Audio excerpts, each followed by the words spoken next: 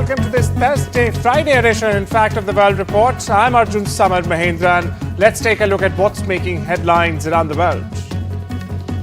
Chinese leader Xi Jinping says China is not afraid in the first public comments on escalating trade war with Washington. On the other hand, Beijing raises additional tariffs on US goods to 125% from 84%. My colleague Vishal Vivek, in fact, gets you the latest on this developing story. Xi Jinping waited for a while to give this statement. He was weighing in all his options. There was a lot of meetings going on during which China had decided to go on with some retaliatory tariffs of 84%. That happened about 2 days ago. And Xi Jinping would have weighed all these options and then finally made these comments. So he made these comments while he was meeting the Spanish Prime Minister who is on a state visit to Beijing. So it's interesting to see why he waited for about 3-4 days to make these comments. There have been some reports in the US that say that Trump is waiting for a call from Xi Jinping to resolve the matter, and Trump himself has said that he is expecting a very good deal with the Chinese authorities, and he has branded Xi Jinping as a very smart man.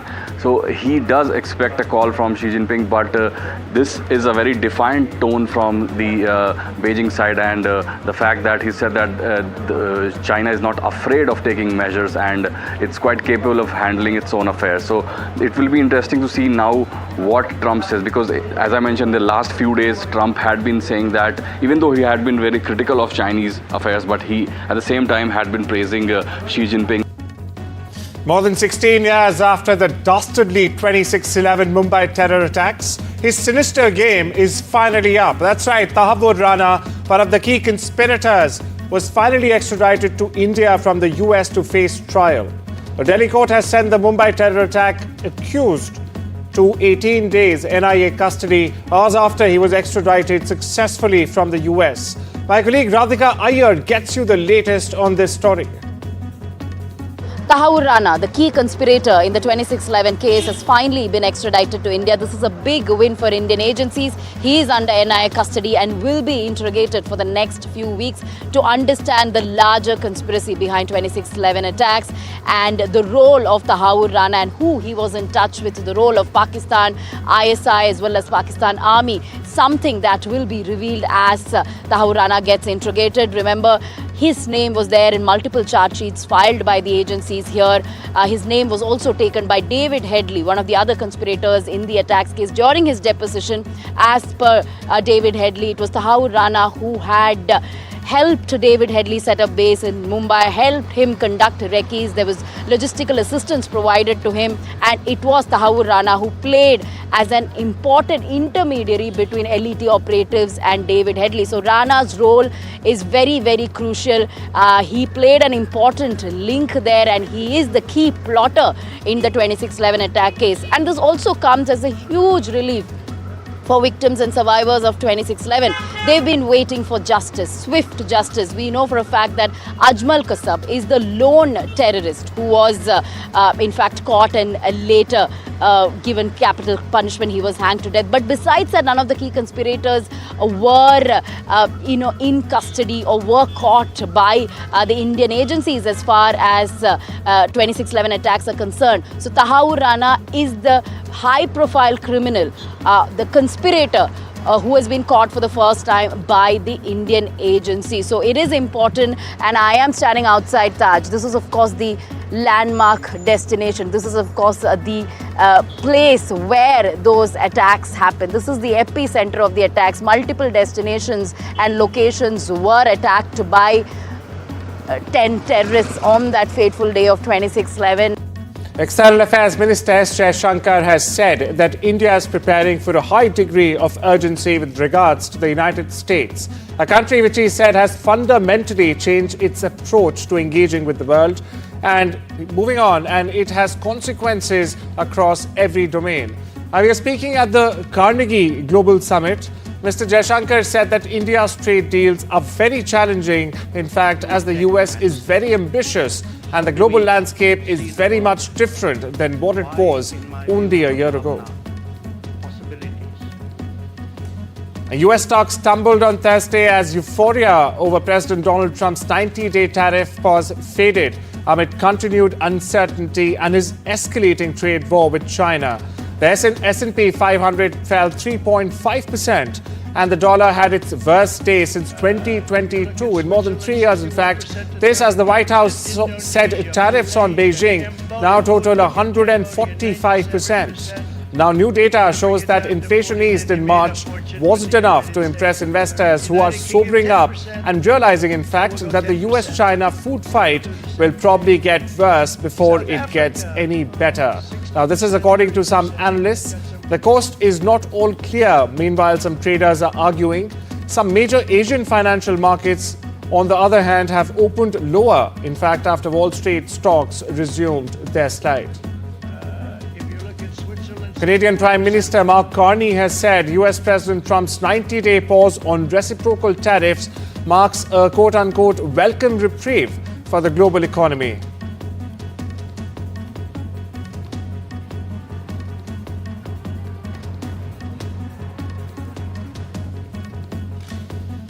A Russian-American woman freed by Moscow arrived back in the US late Thursday as a part of a prisoner swap completed as the two countries aim to repair ties.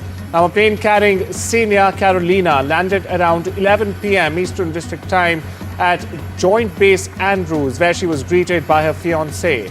Now, Carolina was released earlier in the day with exchange for Russian-German men who had been jailed in the US on smuggling charges. Carolina was arrested in the Ural Mountain city in February 2024 and convicted thereon of treason on charges of stemming from a donation of about $52 to a charity. Yes, $52 to a charity aiding Ukraine.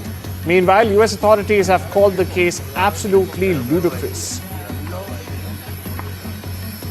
Russia said on Thursday that its forces had gained control of a settlement in Ukraine, while Ukraine reported on the same day that it had repelled multiple Russian attacks. In its daily briefing on Thursday, the Russian Defense Ministry reported that the Russian military in fact targeted several military airports, missile and artillery depots in Ukraine, shooting down 200 Ukrainian drones. Now, the ministry also stated that Moscow's forces had gained control of the settlement of Zuravska, in fact, in the Sumy Oblast area of Ukraine. On the same day, the General Staff of the Ukrainian Armed Forces reported that there were 149 clashes, in fact, in frontline areas over the past 24 hours alone. Australia has declined China's proposal to form an alliance against the United States tariffs imposed by President Donald Trump's administration. Now, the decision comes as Washington escalates its trade war with Beijing, imposing a 10% import tax on Australian goods and significantly higher tariffs on Chinese products, 145% now. China's ambassador to Australia suggested that the joint resistance is the only way, that's right, the only way to counter America's hegemonic and bullying behavior. However, American Prime Minister Anthony Albanese stated that his country will prioritize its national interests, speak for ourselves, he said, and not align with Beijing's stance. The UK is considering deploying troops to Ukraine for 5 years under plans being currently discussed by allies. Now, this is as per a report by The Telegraph. Military chiefs want the deployment to help train and reconstitute the Ukrainian army, this to prevent Vladimir Putin from mounting another invasion. Now, a scheme for phased withdrawal was raised in the discussions being led by the UK and France over a coalition of the willing to, in fact, uphold any post-conflict peace agreement. China's Atomic Energy Authority, or the CAEA, and the International Atomic Energy Agency, or the IAEA, signed two key agreements on Wednesday in Beijing. Now, this marks a new chapter in nuclear cooperation.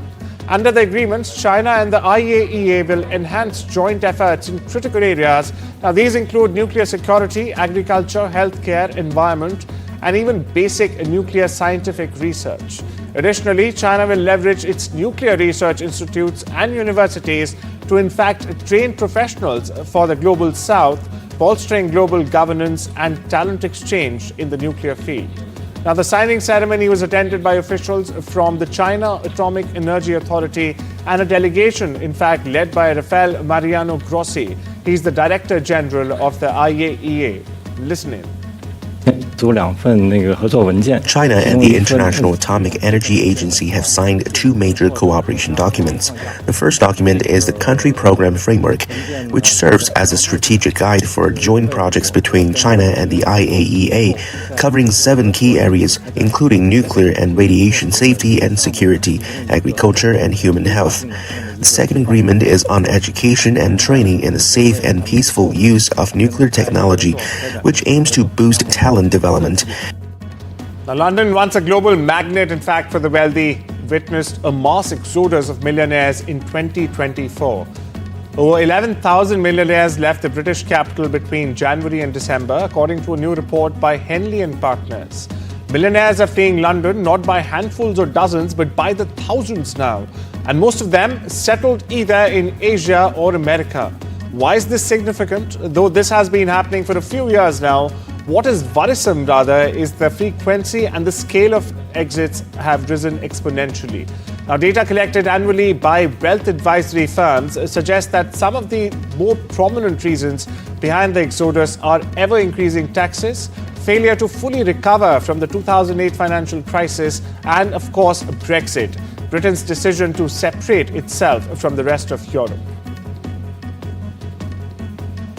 Agustin Escobar, a top Spanish executive at technology company Siemens, was reportedly among 6 people killed in a helicopter crash on Thursday. His wife, Merce Camprubi Montal, and their 3 children aged 4, 5 and 11 also reportedly died when their chopper crashed into the Hudson River. The Barcelona-based family was reportedly on a sightseeing trip in New York City. The doomed chopper was owned and operated by New York Helicopter, a tour company in the Big Apple that touts itself providing safety and, in fact, comfort to its customers. Meanwhile, Mayor Eric Adams has... This is the reaction, in fact, from the New York City Mayor Eric Adams. Approximately 3:17 this afternoon, we began receiving multiple calls for a helicopter that crashed in the water. These calls generated the response of many agencies, as Deputy Mayor Daughtry stated, including FDNY, NYPD, the Port Authority, and our Jersey partners, the police officers in Jersey as well, and the Coast Guard. 3 adults and 3 children were on board a Bell 206 helicopter that had left from the downtown Skyport just about 3 p.m. The pilot and the family visited from Spain, what our preliminary information has at this time. The number of dead in a roof collapse at an iconic nightclub in the Dominican Republic has surged to at least 218, in fact, on Thursday, an official said. Juan Manuel Mendez, director of the Center of Emergency Operations, has said crews at the scene are still looking, in fact, for victims and potential survivors, although no one has been found alive since Tuesday afternoon. The legendary Jet Set Club was packed with musicians, professional athletes, and even government officials when the dust began falling from the ceiling and into people's drinks early Tuesday. Minutes later, of course, the roof collapsed, killing hundreds. U.S. Secretary of State Marco Rubio said on Thursday that the country will hold direct talks with Iran on Saturday to discuss Tehran's nuclear program. Now, the talks between U.S. Special Envoy Steve Witkoff and a senior Iranian leader are scheduled for Saturday in Oman.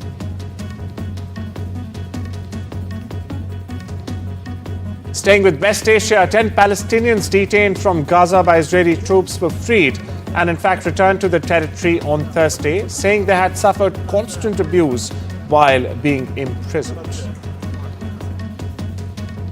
On the other side, Israeli Prime Minister Benjamin Netanyahu has denounced about 1,000 current and retired Israeli Air Force reservists who signed a letter, in fact, calling for the end to the war in Gaza, referring to them as marginal and extremists, while expressing support for the serving pilots' dismissal.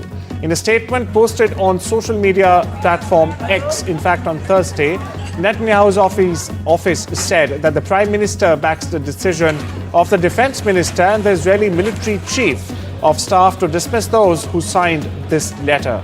The document, which ignited a political uproar in Israel, urged all Israeli citizens to in fact demand an end to the war, warning that the bombardment of Gaza puts Israeli captives held in the enclave at risk.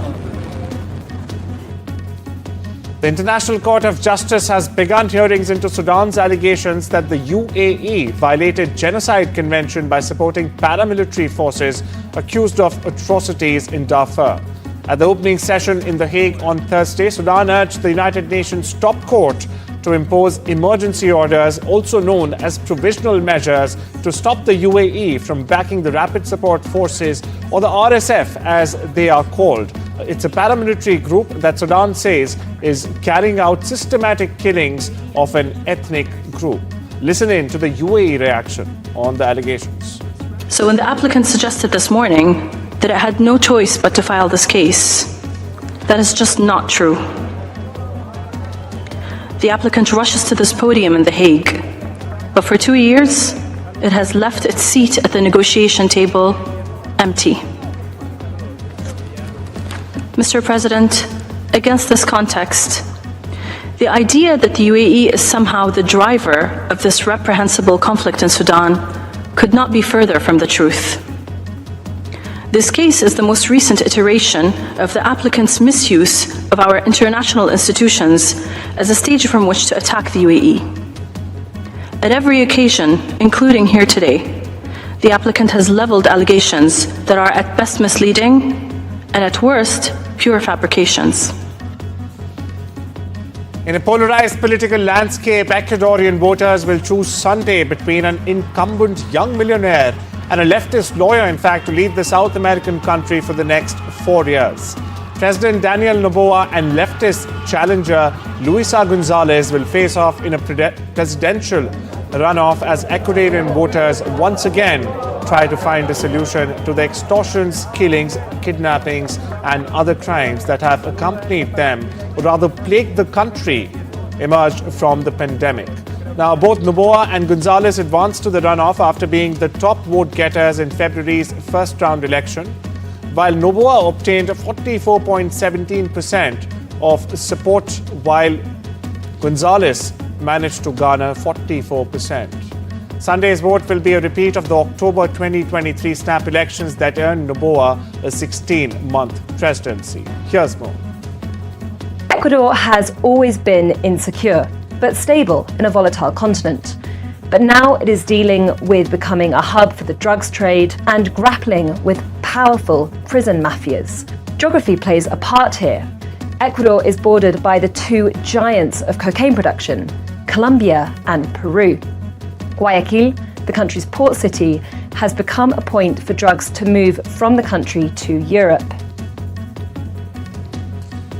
Well, Prada has actually taken over or bought its competitor Versace. Now, this move comes as both the firms were competing, and now the House of Versace will be a sub-brand, in fact, of its most versatile or peaked competitor, Prada. And having defined a slowdown, in fact, Prada in the luxury demand, while Versace has been operating at a loss in the last few quarters. Now, the merger, interestingly, also strengthens Italy's hand in the luxury fashion industry led by French conglomerates, the biggest, of course, being Louis Vuitton. 1 hour after announcing they would buy Versace, Prada's CEO warned analysts not to expect a miracle overnight, even as they expressed excitement about the acquisition. Michelle Obama dismissed rumors that she and former US President Barack Obama are headed towards a divorce. While speaking on the Work in Progress podcast, the former First Lady discussed having the freedom to pursue and in fact decline different opportunities since leaving the White House.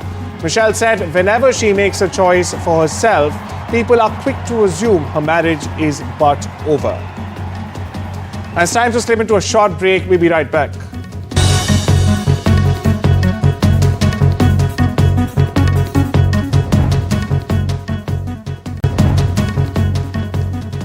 Welcome back. You're watching the World Report and business news now. Alphabet's Google on Thursday reportedly laid off hundreds of employees in its platforms and device unit, which works on Android software Pixel phones and the Chrome browser as well. According to reports, U.S. Defense Secretary Pete Hegseth has ordered the termination of IT services contracts totally valued at a whopping $5.1 billion with companies such as Accenture and Deloitte. Now, the pacts represent non-essential spending on third-party consultants for services Pentagon employees can perform. Hegseth said in the April 10th memo released by the Pentagon.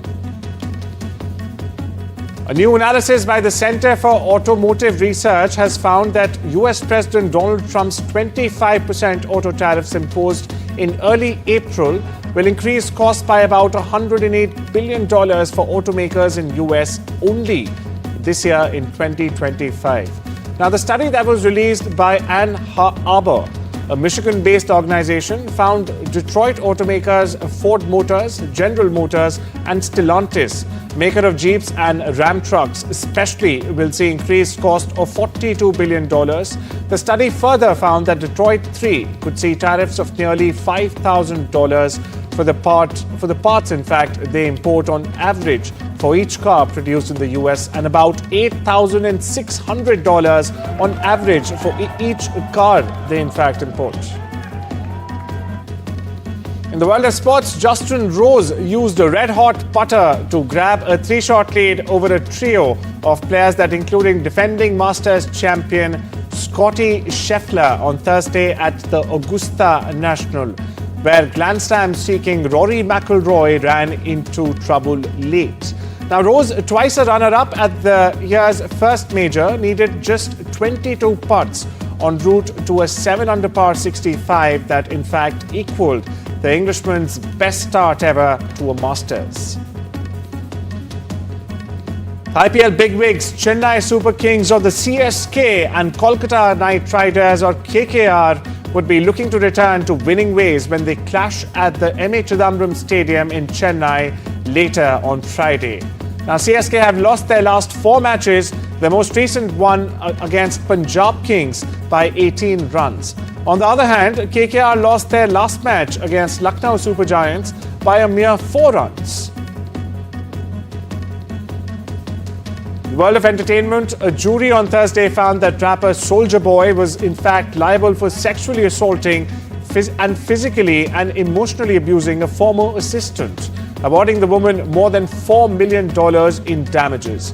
Now, the decision from the Los Angeles County jurors came after a 3-week trial in Santa Monica, California.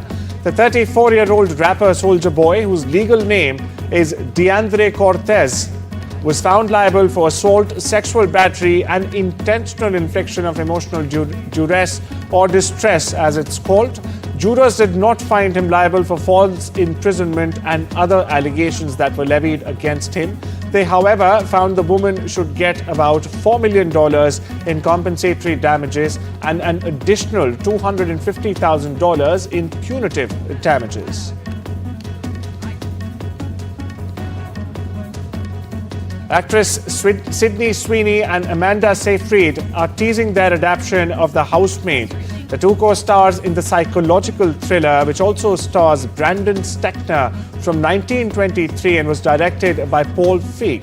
It's adapted, in fact, from a popular novel series by Frida McFadden and is all set to hit theaters across the US on the 25th of December. Here's more. I think we missed. Football star, rather legend, Cristiano Ronaldo creates movie studio with filmmaker Matthew Vaughn.